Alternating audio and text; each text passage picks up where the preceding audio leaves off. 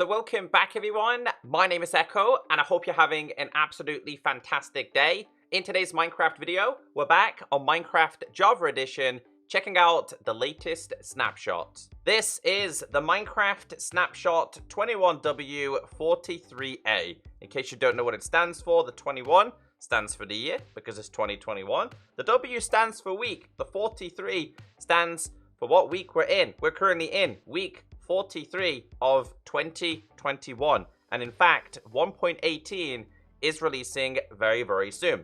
So I have a world here, which is 1.17.1 blending into 1.18. So in order for me to show you what I mean, we need to go back to the previous version.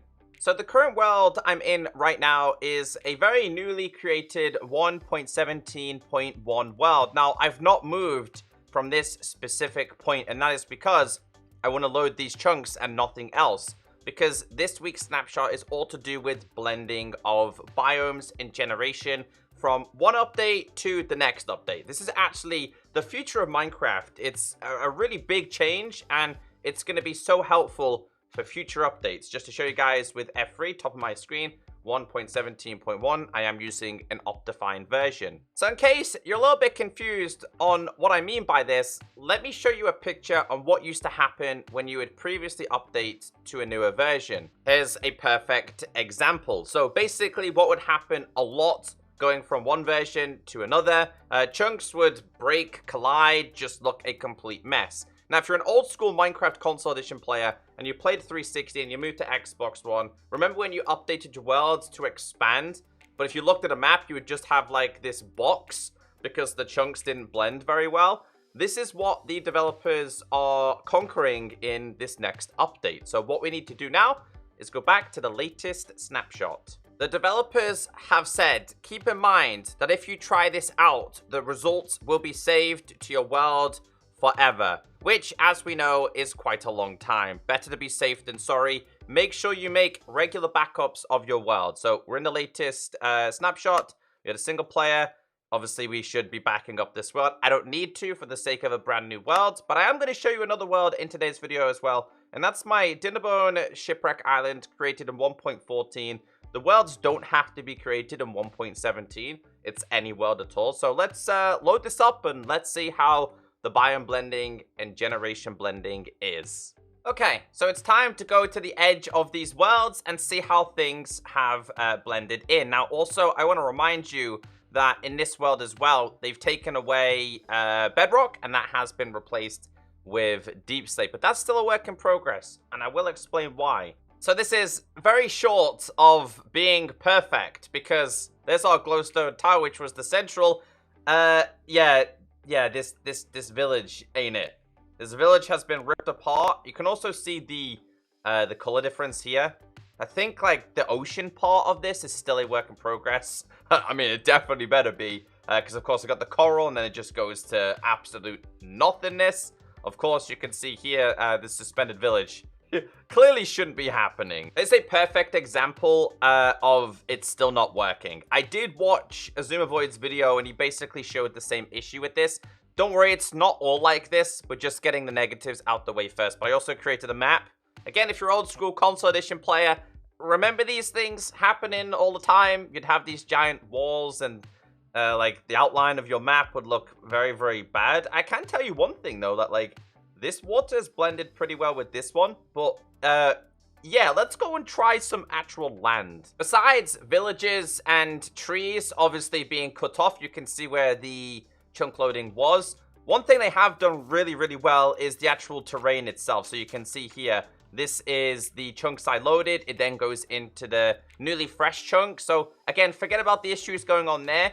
This is a really, really good transition. They've got the height of blocks correct. So I think the jungle, and again, I'm using a jungle because Azumavoid did as a perfect example how it goes from one biome to another. It just seems to be jungle is a very, very tricky biome to blend at the moment, but you can definitely see here how it goes from like obviously being flat to then back into normal terrain. So obviously we're in a jungle biome, but as we go over to this area here, it's outlining that this is a river. Now, forgetting about the names as well, you can see how it blends from said jungle into this so-called river back into a different biome is here. I am noticing that there is still like a wall vibe across these already loaded chunks. So again, on maps, it's not perfect. I've come to the complete other side. Again, you can see how this happens, but you can also see how it does blend. In fact, the blending right here is pretty decent. You can tell by the different colors. So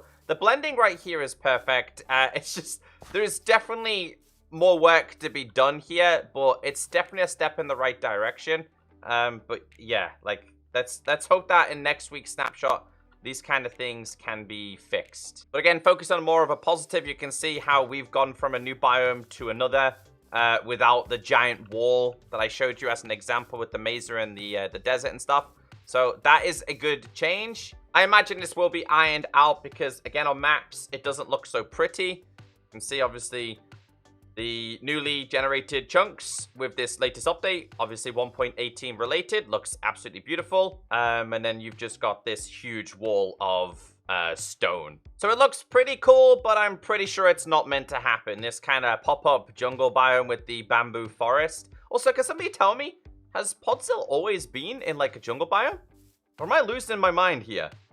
I don't know. Maybe I've just completely like blindsided and just forgot about that. But it is outlining that we're in a windswept hills, obviously in a bamboo jungle. I want to make sure the biome names are correct because there's a couple of messed up things here. So yeah, obviously these pop-up biomes aren't meant to happen. They look pretty cool. But again, a positive change here. We go from like the hilly terrain and then back into another hill on the other side. So I like that. And I have gone with the toughest kind of biome to mess around with here, just to test it and just to show the flaws. You can also see the transitions there look pretty cool too. But it is quite static and you can see the complete change here. Again, snow to this as well. And then, again, this is huge. This is really, really nice to see. You've got the snowy into the hilly area, but it's all level based. It's all on the same level. I kind of like it. But then you got weird things like these happening down here. So when the developers advise you to back up your worlds, I would do it. Because things like this will happen. Yeah, it looks pretty cool, but do you want this in your world forever? Maybe you do. Maybe you could go and update now, and that's going to be your forever world. And you could be like, I remember that snapshot where everything was broken. So yeah, biome blending introduced. This will eventually, of course, come to the Bedrock version. When? I have no idea. But these things seem to start on Java and then make their way to Bedrock. We do have some more changes, so let's go through them. In this week's snapshot, Bedrock has now been replaced with deepslate. So obviously Bedrock is Y0, then you go into the void. It says, in old chunks, if there is bedrock at Y equals 0, the column below will be filled with deepslate. It also says, worlds upgraded in this snapshot will permanently have this deepslate. So if you want new caves under height 0 later, make sure to keep a backup before upgrading. So we are currently at 2. As you guys know, right here, there would in fact be bedrock. Now, what I want to do here is go to -64, because of course in old worlds, it's now been updated to negative, and we should see a huge wall. There you go. So there's the new one. Again, an already created world in 1.17.1. Doesn't matter if it's 1.17.1 or 13 or 14, 15, etc. But you probably noticed there's no caves there. Well, that's actually a lie. If we go to creative mode, there is in fact, deep slate is here. But it's like a huge chunk. Like, it's just solid blocks. And that is because later on, they're then going to introduce the caves to Java Edition. So you will then start seeing the noodle caves and the cheese caves further down as well. So we're at level 11. Let's go down a couple of blocks. As you guys know, we'd typically see bedrock at this level. We go down. Obviously, we'd enter the void. And you can see here, we can now go all the way down to -64. I guess the cave generation for below negatives is just not quite ready. So we go, there we go, we're into there. And then if we go, oh, I'm going to die. And this is what I created myself, as you know, throughout today's video. So, I mean, you could have this huge deep slate wall if you wanted it. But again, I wouldn't recommend using this version for your favorite survival worlds. Back up your worlds, mess around with it in creative and whatnot. But that's the change. It says in the changelog, the priority updates video setting has been renamed to chunk builder. So you've got chunk builder here, a couple of different ones. But that's just a simple change. So another change introduced is reduced the amount of flooded caves near river and ocean coastlines. Because again, literally every cave that was near these would be filled with water. It will still happen occasionally, but just not every single coastline or river will be filled with water. There has been a couple of changes with aquifers, both water and lava. It says aquifer water levels change less often. So you'll more often have larger areas with the same water level.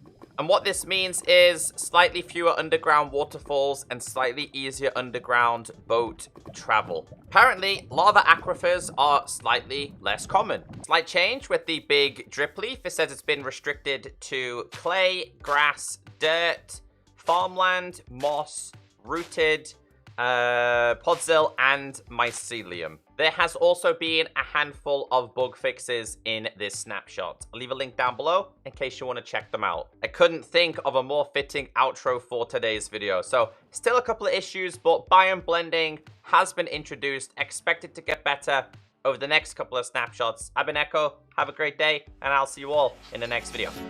Goodbye.